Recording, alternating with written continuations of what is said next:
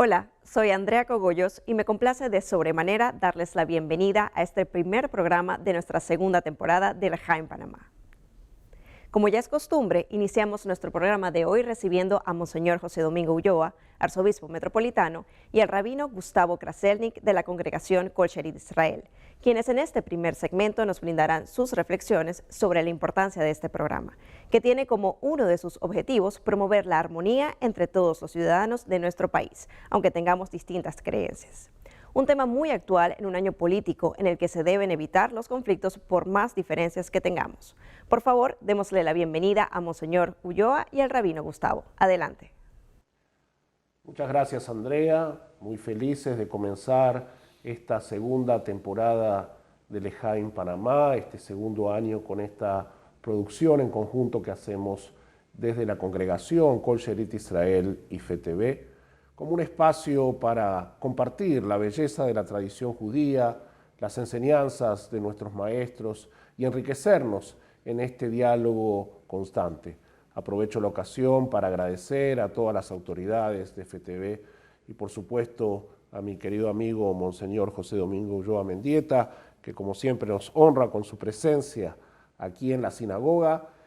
Hoy estamos en la congregación Kol Shelit Israel, pero no en la sinagoga principal, sino en la pequeña sinagoga que tenemos y que trajimos aquellas cosas que teníamos en nuestra sede anterior. Así que, Monseñor, bienvenido y nuevamente muchas gracias. Gracias, Gustavo, y también yo creo que ha sido muy importante este año a través de este programa donde ambos vamos conociendo un poco, primero la riqueza personal de nuestras tradiciones, pero también vamos fortaleciendo lo que nos va uniendo. Yo creo que una de las grandes enseñanzas que nos ofrece el poder estar compartiendo es lo que hemos dicho.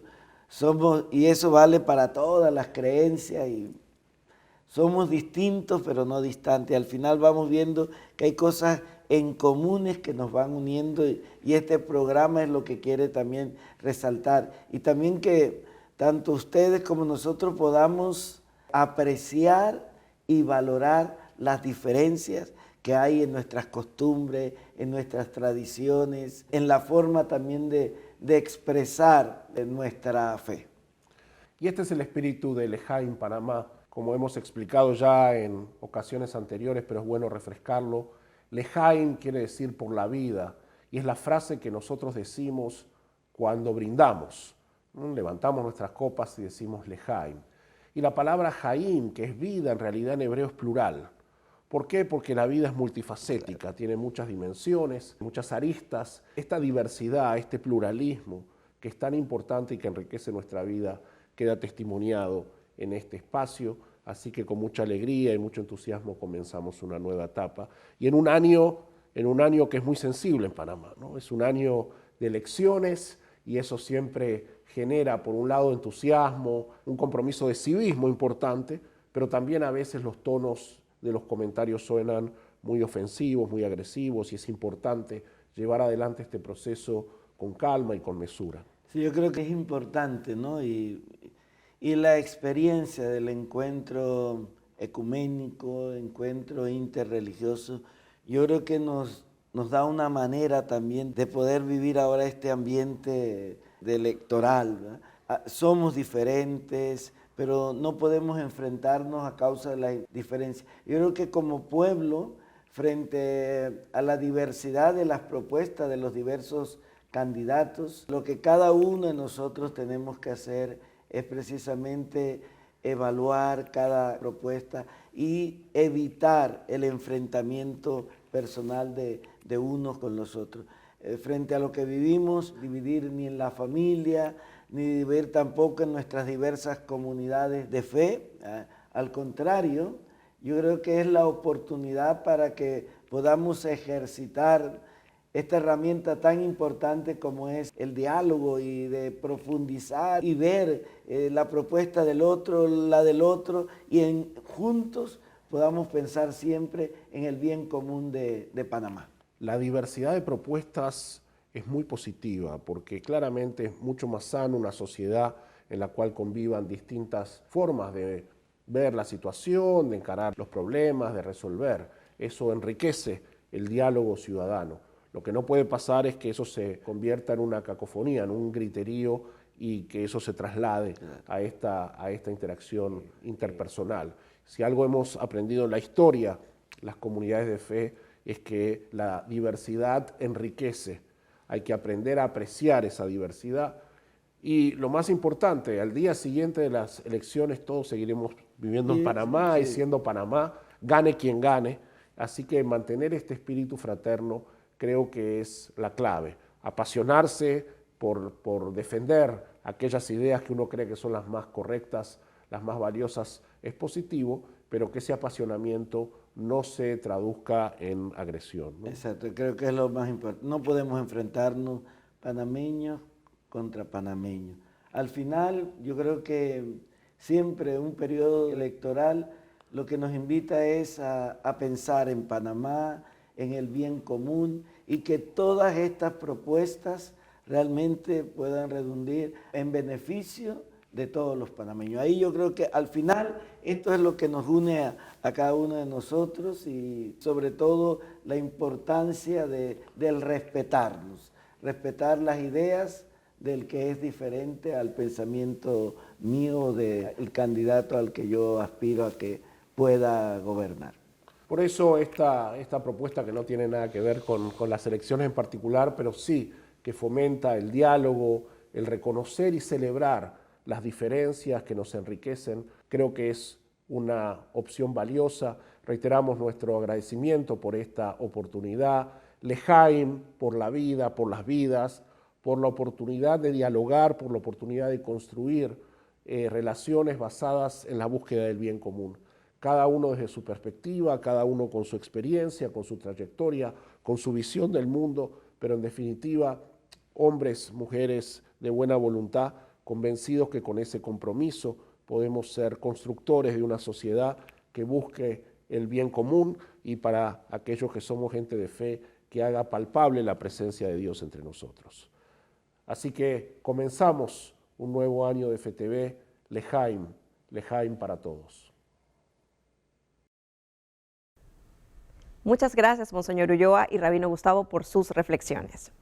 A continuación, tengo el placer de darle la bienvenida a Nurit Meresman Azulay, cantora litúrgica de la congregación Kol Sherid Israel, quien nos deleitará con las bellas palabras del Salmo 148. Adelante, Nurit. El Salmo 148 es un llamado a todas las criaturas, en especial a los seres humanos, para que alaben al gran creador del mundo. Alelu et Adonai min hashamayim. Alaben al Señor desde el cielo, alaben al Señor en las alturas, alábenlo ustedes, todos sus ángeles, alábenlo ustedes, sus ejércitos del cielo, alábenlo sol y luna, alábenlo ustedes, brillantes luceros, alábalo tú, altísimo cielo, y tú, agua que estás encima del cielo. Hombres y mujeres, jóvenes y ancianos, alaben todos el nombre del Señor, pues solo su nombre es altísimo. Este salmo se canta en el servicio matutino diario de la liturgia judía. Hacia el final del salmo, los últimos versículos se incluyen además en el momento central de nuestro rezo, cuando se toman los rollos de la Torá, del arca sagrada, y se pasean por la sinagoga entre la congregación. Se han compuesto diferentes melodías para el mismo. Algunas de ellas solo son una especie de cantilación litúrgica.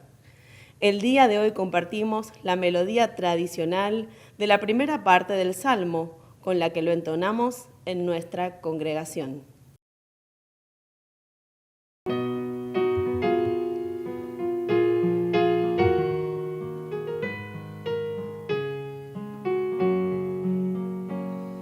Aleluya et Adonai min hashamayim. Aleluya ba'meromim. Aleluya kol malachav. Aleluya kol tzvav. Aleluya. Aleluya. Aleluya. Shemesh ve'yareach. Aleluya kol koch ve'yor. Aleluya, Shmei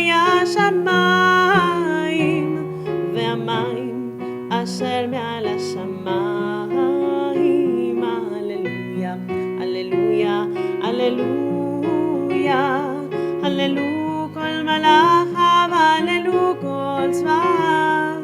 Aleluya, aleluya, aleluya. Aleluya et Adonai min hashamayim. Aleluya b'meromim.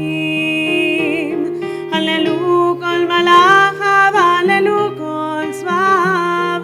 Aleluya, aleluya, aleluya. Shemesh ve'yareach. Aleluya kol kochveyo. Aleluya shmei hashamayim ve'amayim asher me'al hashamayim.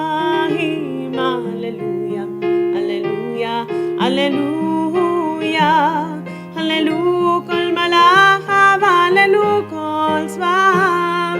Aleluya, aleluya, aleluya, aleluya, aleluya, aleluya kol malachav. Aleluya kol svav. Aleluya, aleluya.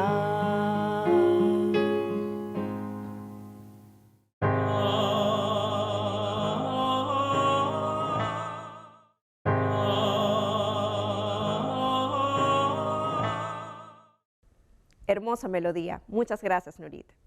Ahora me complace presentarles una entrevista que le realizara Alexandra Sinilio al doctor Daniel Abu Ghanem, autor del libro Historia de los Judíos de Colón, una gran familia. Bienvenidos ambos a Lejaim Panamá.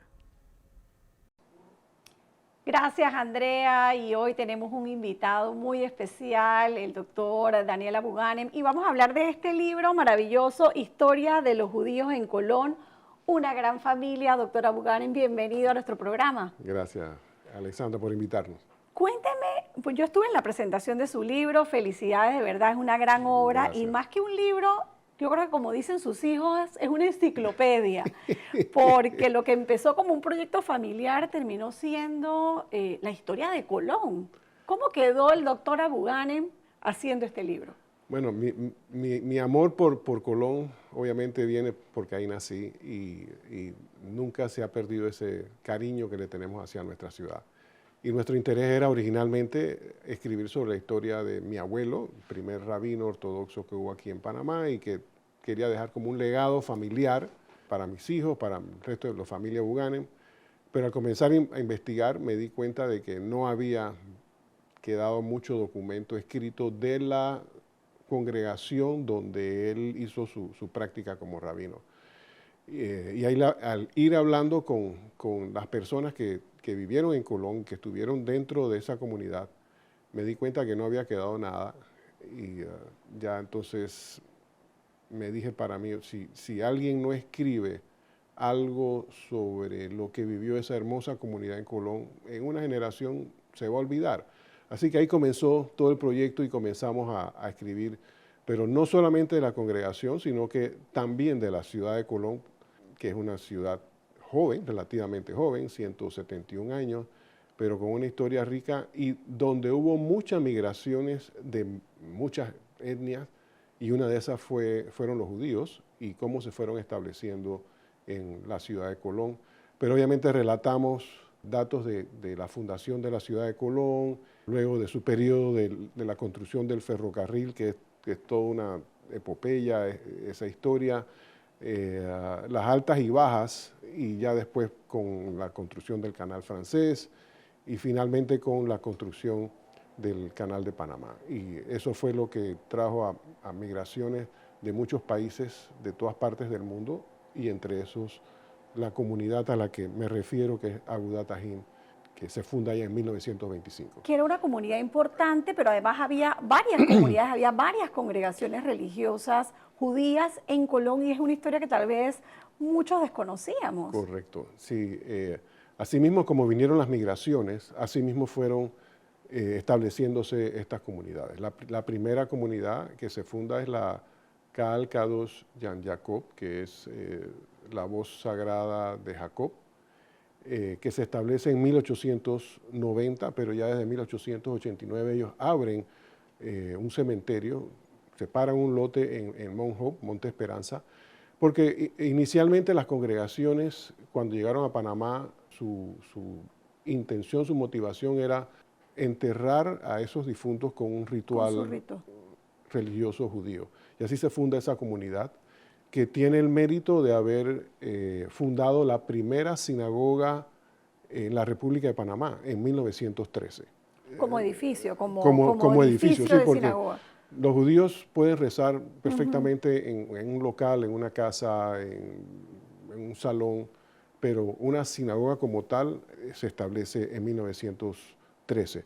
Y esa es una migración de judíos hispano-holandeses que estaban en las islas del Caribe y que llegan a Colón, sobre todo en ese periodo de la construcción del canal francés. Vienen de las islas Muchas de esas de familias, Curazao, algunas fueron a Colón y otras acá a Panamá, Así que es. son los de Colcherí, los que Así fundan es, Colcherí. así mismo, que es la congregación hermana. Hermana. Ya después, con la migración para la construcción del canal, ahí es donde viene el grupo de judíos sefaraditas, que vienen de todo lo que es el norte de África y Medio Oriente, o sea, lo que era Marruecos, Argelia, Egipto, y ya después Palestina, antigua Palestina, Siria, Irán, Irak, todos esos países, Chipre, Grecia, llegaron entonces a Colón. Y fueron familias que fueron llegando y así mismo fueron trayendo una a otra. Ahí el señor Elías Sakai es el presidente fundador, habiendo una masa crítica ya para inicios de 1920 de un grupo importante de familias, tal vez unas 40 o 50 familias sefaraditas establecidas, entonces le dan la autoridad para ir a buscar a un rabino, y así es como él viaja hasta Tiberíades, llega hasta la Junta de Rabinos, al Tribunal de Rabinos de una ciudad muy religiosa, y le recomiendan a mi abuelo, que tenía las características que ellos estaban buscando, un rabino que pudiera ser matarife, o sea, shohet, y mujer, o sea, que hiciera circuncisiones. Y así es como llega entonces el primero de los aboganes, que es mi abuelo, y ya las siguientes generaciones. Fue una comunidad muy importante. Y además plenamente integrada con la comunidad de Colón, porque tal vez lo bonito y lo que he rescatado de leer el libro, no lo he terminado de leer, pero lo estoy avanzando bastante, era que no solamente había una buena integración entre las tres comunidades judías que había en Colón, sino que estaba plenamente integrada al día a día de la comunidad colonesa, como es hoy en día aquí en Panamá también, ¿no? Sí, las tres comunidades bien integradas, pero asimismo integradas a la comunidad colonense. Muchos fueron miembros, fueron presidentes del Club de Leones, del Club Activo 2030, las damas Huizo, judías, hacían unos té donde participaba mucha gente y se dedicaban sobre todo a dar ayuda, apoyo a asilos, al asilo Santa Luisa, al Amador Guerrero. Frecuentemente llevaban donaciones de sábanas, de útiles, en fin. Estaban bien integradas con la comunidad. Y obviamente... el comercio también, ¿no? Sí, sí. Todo el comercio al pormenor de todo lo que era la avenida central, la avenida Bolívar y avenida del Frente, estaba en manos de judíos. Así que su participación dentro de la Cámara de Comercio, de otras agrupaciones, se hizo sentir. ¿Y en qué momento la comunidad judía decide trasladarse a Panamá? Porque hoy en día no hay, o sea, no hay una congregación, están los cementerios obviamente, pero ¿en qué momento se hace ese cierre? Ya a partir de los años, después del año 60, 70, que comienza la decadencia de, tristemente, la ciudad de Colón, por los problemas sociales, habitacionales. Colón no podía crecer, Colón, recordemos, es una isla unida a un terraplén donde esos terrenos pertenecían a la zona del canal, así que ahí no se podía construir, no se podía invertir. No se podía crecer. No se podía crecer. El problema habitacional, social, se fue haciendo más serio. Otra situación fue que los padres querían que sus hijos estudiaran en escuelas judías y ya comenzaban a aparecer las escuelas judías aquí en la ciudad de Panamá.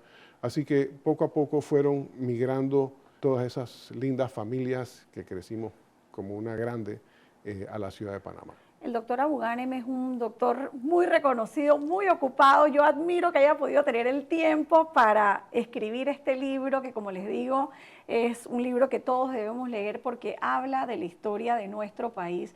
Doctor, una reflexión final invitando a nuestros televidentes a leer el libro, por qué es importante leerlo y además, ¿dónde lo consiguen? Mira, Colón tiene la particularidad de que siempre fue una ciudad multiétnica y yo creo que conocer parte de esta historia de la presencia judía en Colón va a enriquecer mucho esa historia a la cual todos los colonenses nos interesa. Así que los invito, espero que les agrade, estoy seguro que sí. Así que ahí está, a la orden, y lo hicimos con mucho cariño. Es un legado que dejamos no solamente a nuestra familia, a nuestra comunidad, sino también a la ciudad de Colón. Y para conseguir el libro, doctor, ¿a dónde se puede llamar? En mi clínica, ahí van a aparecer los teléfonos donde pueden llamar y pueden solicitarlo, con mucho gusto.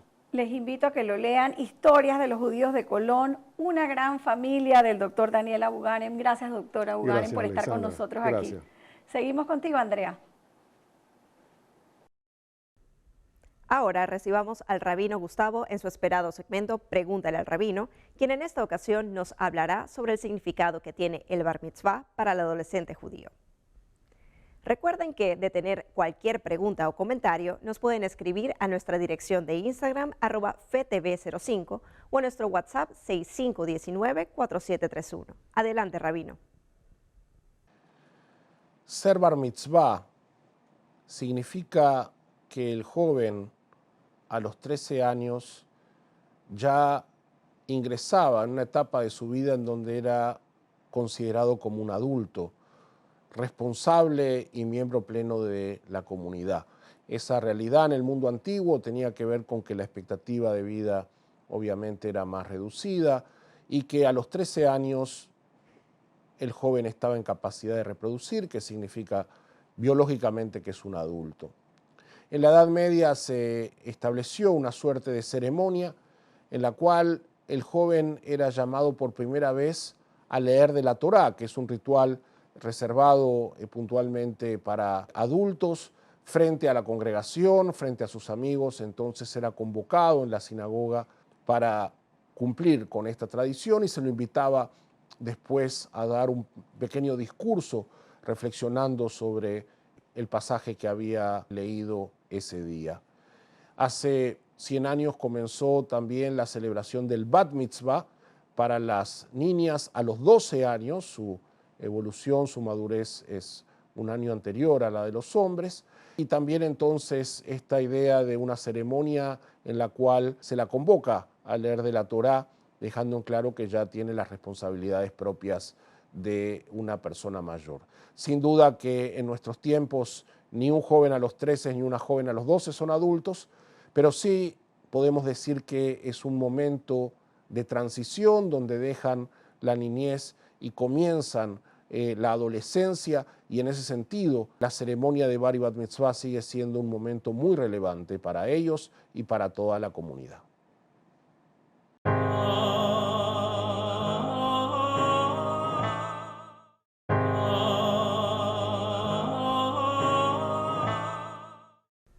Y estamos de vuelta. A continuación, tengo el placer de presentar a David Mizrachi Fidanque, abogado, historiador y profesor universitario, quien nos explicará cómo inició el diálogo interreligioso en Panamá luego de la declaración del Concilio Vaticano II, Nostra Aetate, de octubre de 1965, diálogo que contó con la participación de su abuelo, Stanley Fidanque Brandon, y quien fuera su amigo de juventud, Monseñor Marcos Gregorio McGrath. Adelante. Gracias, Andrea. Me da mucho gusto estar aquí en Lejaim, Panamá. Hoy voy a conversar brevemente sobre el diálogo interreligioso y específicamente el diálogo judeo-cristiano o cristiano-judío que se inicia formalmente en el año 1959 cuando el Papa Juan XXIII hace un llamado a un concilio dentro del Vaticano. Los obispos de la Iglesia Católica cada cierto tiempo realizan estos concilios para estudiar temas de fe los preparativos se dan a partir del año 59 y a principios de los años 60, creo que es a partir del año 62, se da inicio al concilio, que es una serie de reuniones, de discursos, de conversaciones sobre temas específicamente relacionados con el canon y la religión católica. Entre tantos temas que se tratan, se habla de el acercamiento entre la Iglesia Católica y otros cultos. Por supuesto, entre otros cultos está el judaísmo, que tiene mucha relación con el cristianismo. Sin duda, ambas religiones comparten parte del canon, lo que los católicos o los cristianos llaman el Antiguo Testamento, no es más que la Biblia hebrea, esencialmente, hay algunas pequeñas diferencias, pero tienen una raíz similar y me voy a enfocar en un documento que sale ya bajo el papado del Papa Pablo VI en el año 1965, que es un documento que se llama Nostra Aetate, o nuestro tiempo, nuestra edad, nuestra época, y esencialmente lo que busca es traer al siglo XX a la religión católica y decir, bueno, cómo nos modernizamos. Y entre los temas está lo que se llama el diálogo interreligioso. Y el diálogo interreligioso permea a todo el mundo católico, apostólico romano, por supuesto en América Latina, que es probablemente el continente donde en esa época había la mayor concentración de fieles católicos, se implementa lo acordado en Nostra Aetate, porque es precisamente un concilio.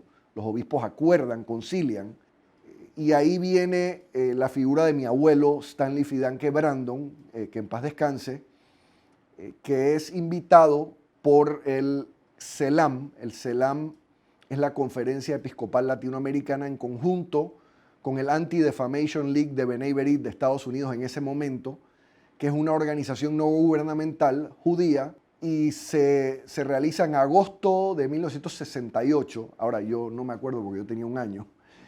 Se lleva a cabo esa primera reunión interreligiosa entre judíos, líderes judíos y líderes católicos, que es en Bogotá. Eso impacta mucho a mi abuelo, por cosas de la vida. En ese momento o poco después accede al arzobispado de Panamá Marcos Gregorio McGrath, el arzobispo Marcos Gregorio McGrath, quien él conocía de su infancia en las escuelas de la zona del Canal, cuando él era niño, y pues retoman esa amistad, y de ahí les toca ir llevando o domesticando, panameñizando el diálogo a través de ellos dos en ese momento. Tengo una anécdota muy bonita ya cuando yo era un poquito mayor y estaba aplicando a la escuela de Derecho, una escuela de Derecho muy conocida, regentada por jesuitas.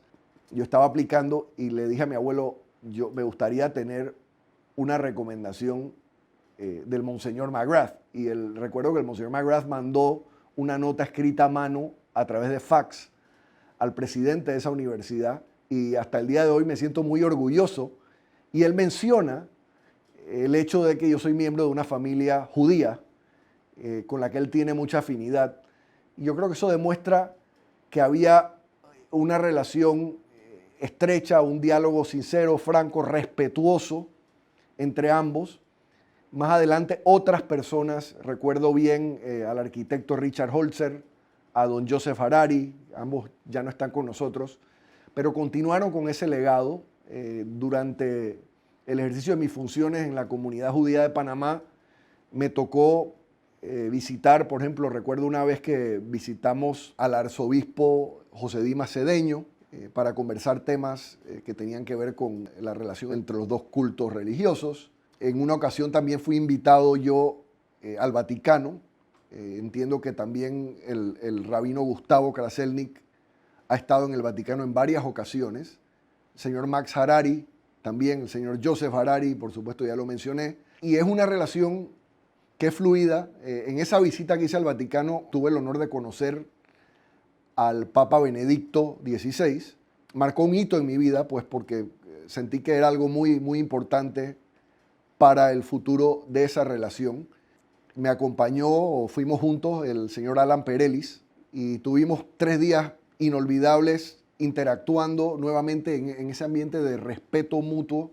Y recuerdo que el Papa Benedicto, al terminar, hizo una locución y le pidió al 3 veces santo por el bienestar de los dos pueblos, el pueblo católico y el pueblo judío, lo que me pareció muy interesante porque fue algo políticamente correcto para los judíos.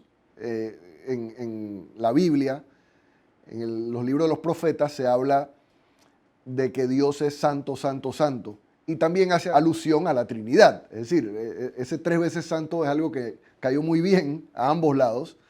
Y nuevamente, creo que lo importante es entender que tenemos raíces comunes y que el fin de mejorar el mundo y de llevar un mensaje de bondad, de benevolencia y de bienestar para toda la humanidad es un fin que comparten los dos credos, tanto el credo católico como el credo judío.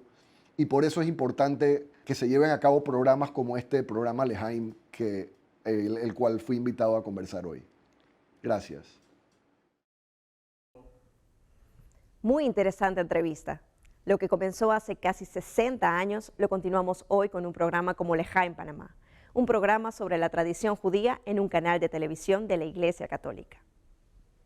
Para continuar en este espíritu de confraternidad interreligiosa, démosle nuevamente la bienvenida a Monseñor Ulloa y al Rabino Gustavo, quienes en esta ocasión nos hablarán sobre las festividades que ambas tradiciones religiosas están celebrando en estas fechas: carnavales, Cuaresma y Purim. Adelante. Gracias, Andrea. El calendario judío, establecido ya desde tiempos bíblicos, tiene una particularidad que combina elementos lunares y solares para la determinación de cómo se organiza el tiempo. Eso le brinda, en relación al calendario solar gregoriano, algunas especificidades que tienen que ver con cómo caen las festividades. A diferencia del calendario musulmán, por ejemplo, que es totalmente lunar, y por ejemplo, como sabemos, el Ramadán da la vuelta al año, el calendario judío, las fiestas caen dentro de una época determinada, se mueven sin una fecha establecida, pero caen dentro de un espacio de tiempo.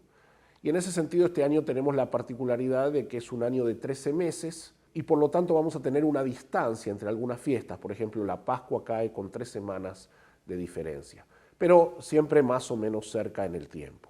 Sí, igual para nosotros, sobre todo, marcar la fiesta de nuestra Pascua va sobre todo en el calendario lunar, ¿no? Después de la primera luna llena, después de plenitud de primavera, de ahí empezamos entonces a contar los 40 días hacia atrás para iniciar el miércoles de ceniza, también con este proceso de preparación a nuestra Pascua, ¿no? Hay momentos, y creo que es lo más importante y es hermoso, cuando realmente coincidimos las dos Pascuas, ¿no?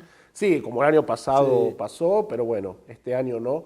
Nosotros tenemos una fiesta un mes antes de la Pascua, que es la fiesta de Purim, que celebra la salvación de los judíos en la época del Imperio Persa, como aparece relatado en el texto bíblico en el libro de Esther, que es una fiesta casi un carnaval, porque ahí la gente se disfraza y hay un clima de jolgorio.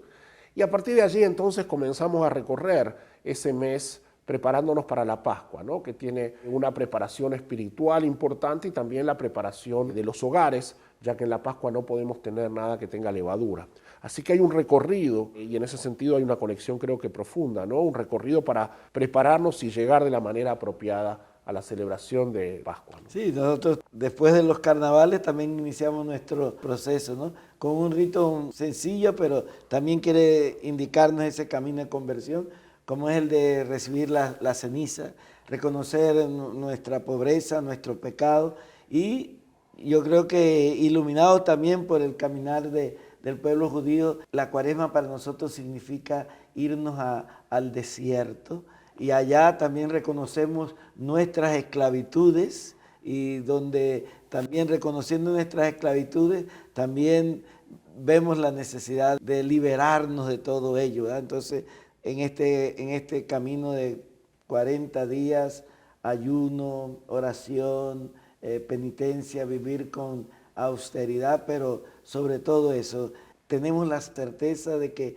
en el desierto, en esa realidad donde Dios nos vuelve a hablar para que podamos retomar nuevamente el camino a nuestra libertad. Pensaba en esto de buscar siempre conexiones. En la Pascua está prohibido comer cosas con levaduras, ¿no? Con levadura en Pesaj, en recuerdo de que los israelitas salieron apurados de Egipto y no dejaron leudar la masa, ¿no? Por eso comemos matzá, panásimo. Pero los místicos le dan una interpretación que tiene que ver un poco, me hiciste acordar cuando hablaste lo de las cenizas, ¿no? Los místicos dicen que tenemos que eliminar la levadura no solamente de los alimentos, sino la levadura de nuestro espíritu, que es lo que nos infla el ego, ¿verdad? Esa sensación de creernos más, de creernos que somos muy importantes. Y la matzá entonces representa esa humildad, porque solo desde la humildad es posible llegar a esta sensación de liberación que plantea Pesaj, que plantea la Pascua, ¿no? Es desde la humildad que podemos escuchar la voz de Dios, y es desde la humildad que nos podemos conectar con los otros, ¿no? Si solo hablamos yo, no hay lugar para los demás. Incluso para nosotros, ¿no? El ayuno es mucho más, y en los últimos tiempos se ha querido hacer énfasis, es mucho más dejar de comer carne, ¿verdad? ¿Cuál es el ayuno que Dios quiere? Liberar al cautivo, vestir al hambriento, dar de comer y estar siempre presente de nuestros hermanos más necesitados, ¿verdad? Entonces, más que privarnos de cosas, es poder nosotros dar de lo que tenemos a nuestros hermanos más necesitados. Entonces, ahí yo creo que también en los últimos tiempos la reflexión incluso del ayuno, la penitencia ha ido evolucionando, porque al final lo importante es que reconozcan en el otro al hermano. Interesante, citaste a Isaías, que es un texto que nosotros leemos en Yom Kippur, que es nuestra gran jornada de ayuno, y que pone sobre el tapete cierta crítica que ya hizo el profeta hace 2500 años a cierto ritualismo carente de implicancias para la vida cotidiana, ¿no? Estoy seguro que en todas las comunidades de fe hay gente que por ahí es muy estricta en la observancia del ritual, pero que eso no tiene implicancias para su vida cotidiana. El llamado de Isaías, y creo que esto que tú proponías tenía que ver con esta idea de entender que todos estos rituales tan importantes y tan significativos en nuestra vida personal y en nuestro recorrido histórico son mucho más relevantes cuando tienen implicancias, tienen aprendizajes que se traducen en nuestra acción cotidiana, ¿no? Y en ese sentido, la idea de Pesaj, de la Pascua, como la liberación, tiene que ver también con hacer que la liberación sea una realidad palpable para todos, ¿no? Una liberación espiritual, pero también una liberación que implique que cada persona pueda vivir de manera digna. Creo que el calendario nos invita siempre a reflexionar las celebraciones, las festividades, los rituales asociados, tradiciones con tanta historia y que sin embargo mantienen una vigencia, son siempre una propuesta para buscar significados, recrear significados y dotar de trascendencia a nuestras vidas.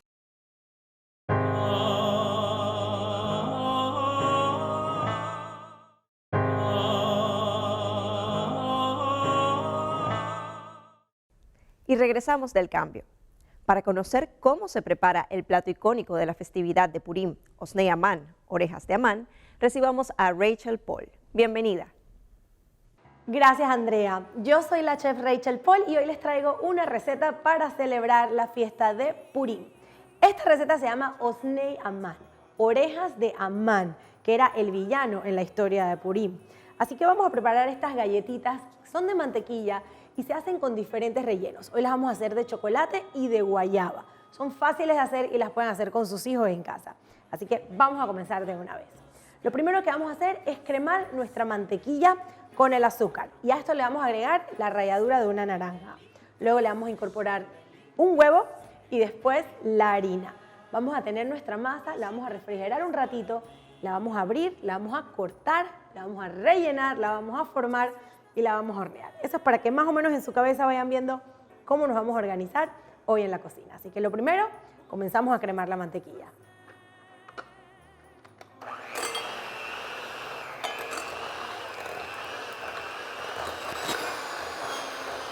Una vez la mantequilla está suave, vamos a agregar el azúcar y la ralladura.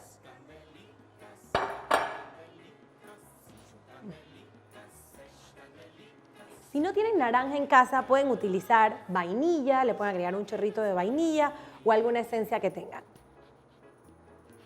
Seguimos cremando.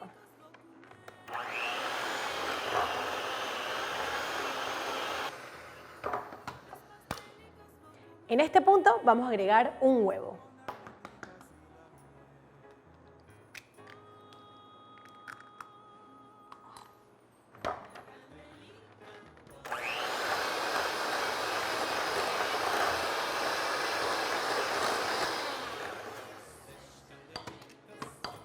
Ahora es el turno de la harina, pero antes una pizquita de sal.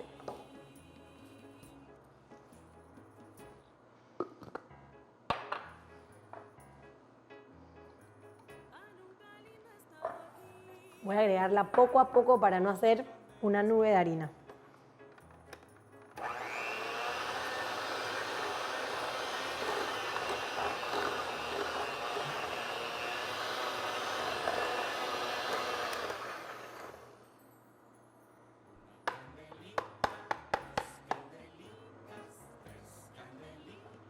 Muy importante en este punto utilizar una espátula para bajar cualquier cosita que esté en los bordes del bowl. Así podemos incorporar correctamente todos los ingredientes.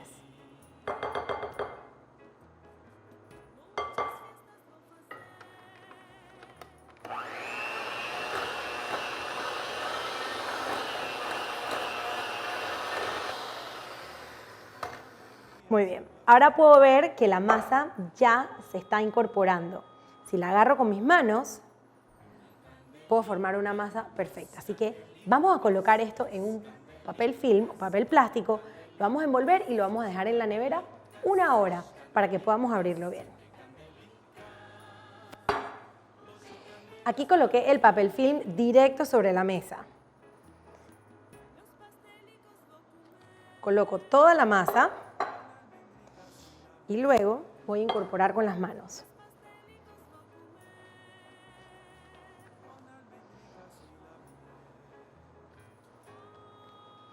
Quiero dejar como si fuera un disco aplastadito para que cuando lo vaya a abrir sea mucho más fácil. Así.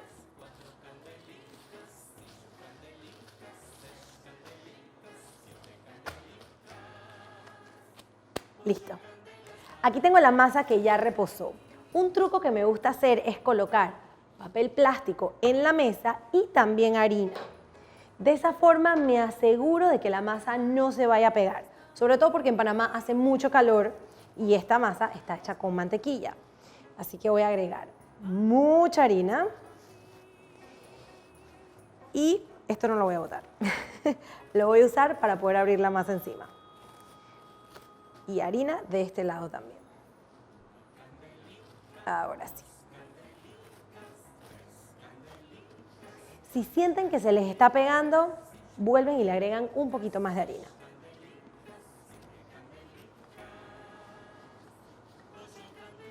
La ventaja de usar el papel plástico es que no se les va a pegar nunca a la mesa. Queremos abrir la masa aproximadamente 1/8 de pulgada, o sea, bien delgadita. Ahora sí. Y esto no lo boten, lo vamos a volver a usar con la masa que nos queda. Voy a buscar un cortador redondo y lo voy a sumergir también en la harina. Así no se me pega al cortador tampoco. Y vamos a cortar los círculos de la galleta. Recuerden que esta galleta la vamos a rellenar. La masa que nos queda la vamos a volver a hacer una bolita, la vamos a volver a abrir y vamos a hacer más osnei aman. Vamos a retirar todo el exceso de masa. Mientras hacemos las galletas, esta masa de vuelta a la nevera. Vamos a rellenar. Aquí tengo mermelada de guayaba. Voy a hacer unas de guayaba y unas de crema de chocolate. Voy a colocar un puntito en el medio. Y estas galletas no se esparcen, van a mantener la forma que tengan. Así que asegúrense que queden bonitas. Estas las voy a hacer de chocolate. Y esta es la forma como la vamos a doblar. Queremos hacer un triángulo.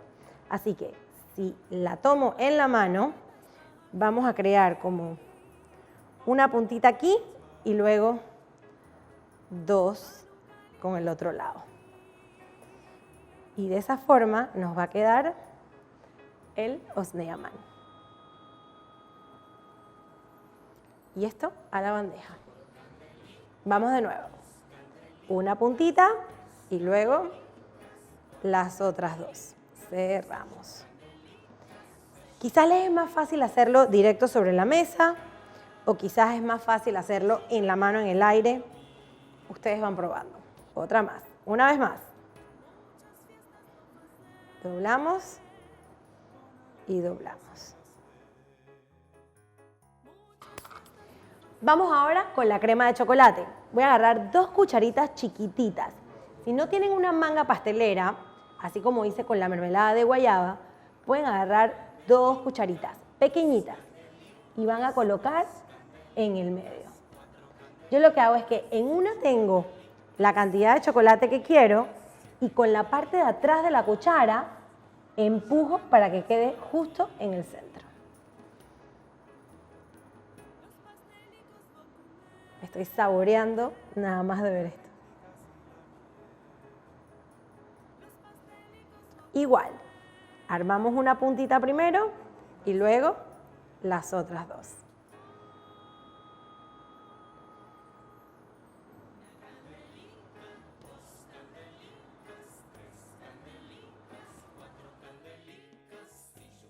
Estas galletas las vamos a hornear a 350 grados Fahrenheit aproximadamente 15 minutos. Ellas no quedan muy doraditas, pero sí van a quedar tostaditas.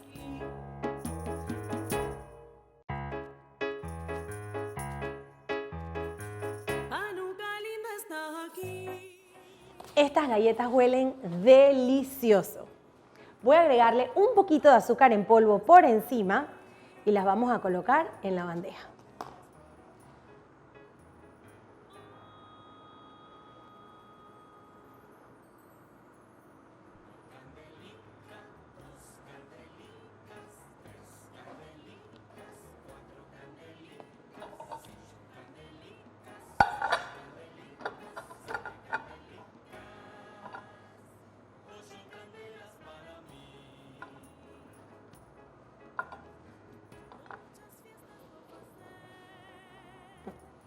Y esta me la quedo yo. Ahora sí, con estos Osnei Amán estamos listos para celebrar la fiesta de Purim. Gracias por la invitación a ser parte de este programa y este segmento de cocina en Lejaim, Panamá. Andrea, seguimos contigo. Muchas gracias, Rachel. Esas orejas de Amán se ven deliciosas. Para finalizar el programa de hoy, recibamos nuevamente al rabino Gustavo, quien nos dará más detalles sobre la festividad de Purim, el carnaval judío. Adelante, rabino. Gracias, Andrea. Hablemos de la fiesta de Purim, la más alegre y quizás un poco atípica en el calendario judío. Cae el día 14 del mes de Adar, esto es casi un mes antes de Pesaj, de la Pascua judía, y celebra la salvación de los judíos en el imperio persa del intento de exterminio por el malvado Amán. Los sucesos aparecen relatados con bastante detalle en el libro bíblico de Esther, y allí se nos cuenta cómo la iniciativa de este primer ministro persa parece avanzar con la complicidad o la apatía del rey Asuero para lograr el exterminio de los judíos. Va a ser la intervención de la reina Esther, esposa del rey Asuero, y su tío Mardoqueo o Mordejai, lo que va a impedir que se haga realidad este plan. Los judíos logran defenderse y entonces queda establecida esta celebración de Purim. ¿Cómo se celebra? Bueno, en la sinagoga lo más importante es la lectura ritual del libro bíblico de Esther, que se lee en voz alta, con una tradición muy bonita, que es que cada vez que se va a mencionar el nombre del malvado Amán, la gente hace bulla en la sinagoga, ya sea con las palmas, ya sea con las pisadas, porque recuerdan el pasaje bíblico del libro de Deuteronomio que dice: borrarás el nombre de Amalek. Amalek es el histórico enemigo del pueblo de Israel, el libro de Esther nos cuenta que el malvado Amán era descendiente de los amalequitas.